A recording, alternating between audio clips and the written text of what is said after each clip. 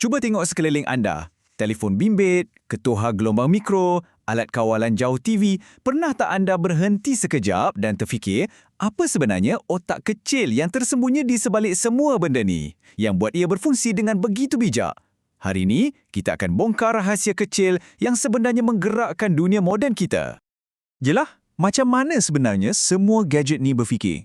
Bila anda tukar saluran TV, ia berlaku sepantas kilat. Bila penghawa dingin anda kekal pada suhu yang tepat, ia rasa macam magic, kan? Tapi, ia sebenarnya bukan magic. Ia adalah sesuatu yang jauh lebih bijak dan ia tersembunyi betul-betul di depan mata kita. Nah, inilah jawapannya. Semuanya berpunca daripada satu chip kecil yang dipanggil pengawal mikro. Daripada mainan kanak-kanak yang boleh bercakap sehinggalah ke peralatan perubatan yang menyelamatkan nyawa, chip yang nampak sama inilah yang menjadi otak tersembunyi di sebalik tabir. Benda ni ada di mana-mana. Jadi, untuk faham dengan lebih mendalam, jom kita mulakan dengan sesuatu yang kita semua biasa nampak di rumah. Kita akan lihat sendiri bagaimana salah satu otak tersembunyi ini berfungsi dalam kehidupan harian kita. Okey, kita ambil contoh mesin basuh automatik. Bila anda pilih mod basuhan cepat dan tekan butang mula, anda sebenarnya bukan sekadar hidupkan suis. Anda sedang memberi arahan kepada mesin tu untuk membuat satu siri keputusan. Bila nak masukkan air, berapa lama nak pusing, bila nak bilas. Persoalannya, macam mana dia tahu semua tu? Kalau kita buka penutup mesin basuh ni, kita akan jumpa papan litar elektronik ni. Ia macam sistem saraf untuk mesin ni. Dan, nampak tak chip hitam kecil tu? Itulah dia. Itulah otak di sebalik keseluruhan operasi ini. Itulah pengawal mikro. Okey, tadi kita dah hintai dia bekerja. Sekarang, jom kita kenal-kenal secara rasmi sikit dengan wira kecil yang tak didendang ni.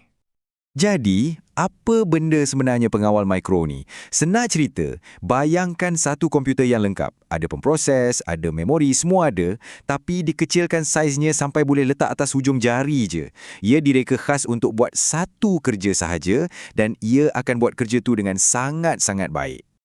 Chip hitam yang ada banyak kaki kecil ni, dia dah ada semua benda yang dia perlukan dalam satu package.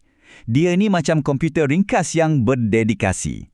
Anggaplah dia bukan macam seorang genius yang tahu semua benda, tapi lebih kepada seorang pakar yang sangat fokus pada satu tugasan sahaja. Jadi, macam mana ia berfungsi? Sebenarnya cara kerjanya sangat mudah. Ingat 3 langkah ni. Pertama, input. Dia terima maklumat sama ada dari butang yang anda tekan atau dari sensor. Kedua, proses. Dia berfikir sekejap, ikut arahan program yang ada dalam dia. Dan akhir sekali, output. Dia bertindak sama ada dengan menyalakan lampu atau memutarkan motor. Ini membawa kita balik kepada mesin basuh tadi. Anda tekan butang, itu input. Papan litar tu buat keputusan, itu proses. Injap air pun terbuka dan itu adalah output. Input, proses, output. Kitaran ringkas inilah yang sebenarnya menggerakkan hampir semua peranti pintar di sekeliling kita. Tapi kejap, mesti ada yang terfikir, ni bukan macam pemprosesor dalam komputer ke? Soalan yang sangat bagus. Untuk betul-betul faham keistimewaan pengawal mikro ni, kita kena bandingkan dia dengan sepupu dia yang lebih besar dan popular, pemprosesor mikro. Cuba kita tengok perbezaan ni. Di sebelah kiri, satu sistem pengawal mikro yang ringkas, mungkin kerja dia cuma nak kelipkan lampu. Di sebelah kanan pula, sebuah komputer peribadi yang kompleks, boleh layari internet, main game, sunting video. Satu tu ibarat pakar yang sangat khusus, satu lagi pula genius yang serba boleh. Beza paling besar ialah dari segi binaan. Fikirkan pengawal mikro ni macam apartmen studio. Dapur, bilik tidur, bilik air, semua dah ada dalam satu unit.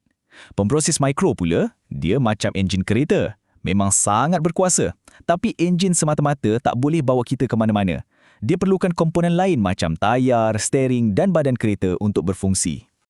Jadi, inilah rumusan mudahnya. Pengawal mikro ialah si pakar yang efisien. Semua dalam satu chip, kos rendah dan fokus pada satu kerja.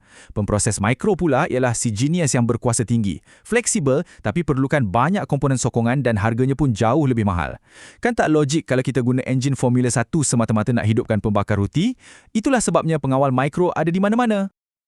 Okey, kita dah tahu yang chip-chip ni adalah otak persembunyi dalam macam-macam benda. Persoalannya sekarang, macam mana kita sebagai pelajar, penggemar hobi atau pencipta nak mula gunakan kuasa chip ni? Macam mana kita nak ajak otak-otak ni buat kerja? Nah, jawapannya ada pada sekeping papan biru kecil yang bernama Arduino. Inilah dia, papan Arduino Uno. Anggaplah ia macam sebuah jambatan. Diambil semua kerumitan teknikal tentang pengawal mikro dan letakkannya di atas satu platform yang sangat mudah diakses dan mesra pengguna. Tiba-tiba, kuasa untuk mencipta dan mengawal benda-benda elektronik bukan lagi hak milik jurutera semata-mata. Ia kini berada di tangan semua orang. Jadi apa yang buat Arduino ni istimewa sangat? Pertama, ia sumber terbuka. Maksudnya, tak ada rahsia. Sesiapa pun boleh guna, ubah suai dan kongsi reka bentuknya. Perisiannya pula boleh jalan dekat mana-mana komputer. Bahasa pengaturcaraannya pun direka supaya mudah difahami. Tapi yang paling penting sekali, ia telah membina satu komuniti global yang sangat besar di mana semua orang saling berkongsi idea dan bantu-membantu. Semangat perkongsian inilah yang menjadi tunjang kekuatan Arduino. Dengan lesen Creative Commons ni, ia bermakna kalau anda buntu semasa buat projek, kemungkinan besar dah ada orang lain di luar sana yang pernah hadapi masalah yang sama dan dah kongsi jalan penyelesaiannya di internet. Anda tak pernah bersendirian. Anda sedang membina sesuatu atas sumbangan komuniti global. Dan kalau perkataan pengaturcaraan atau coding tu bunyi macam menakutkan, jangan risau. Anda tak perlu jadi pakar pun. Cuba tengok kod ni. Ia hampir macam membaca arahan dalam bahasa Inggeris biasa.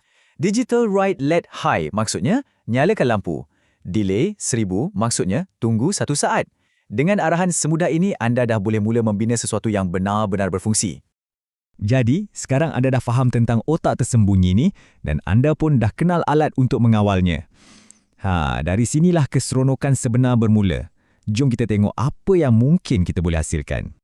Dunia Arduino ni sebenarnya lebih besar daripada satu papan saja. Ia ada satu keluarga yang besar, masing-masing dengan kelebihannya. Uno adalah papan permulaan yang paling sempurna. Kalau anda perlukan lebih banyak sambungan untuk projek robotik yang kompleks, Mega adalah pilihan anda. Kalau nak bina sesuatu yang kecil dan boleh dipakai, Nano yang kompak tu memang sesuai. Tapi keajaiban sebenar Arduino ada di sini. Fikirkan Arduino ni macam blok binaan Lego. Papan tu sendiri adalah tapaknya, tapi kuasa sebenar datang bila anda mula sambungkan modul-modul lain, sensor GPS, pemacu motor untuk robot, skrin LCD. Setiap komponen baru yang anda sambung akan mengubah papan anda menjadi sesuatu yang lain sama sekali. Satu-satunya had adalah imajinasi anda. Jadi kita kembali semula kepada chip kecil ini, si otak tersembunyi. Ia bukan lagi satu teknologi yang misteri dan menakutkan, tetapi kini ia ibarat kanvas kosong yang sedang menunggu idea-idea anda. Ia adalah enjin kecil yang boleh menghidupkan kreativiti anda. Jadi persoalannya bukan lagi bagaimana ia berfungsi, tetapi apa yang akan anda cipta dengannya.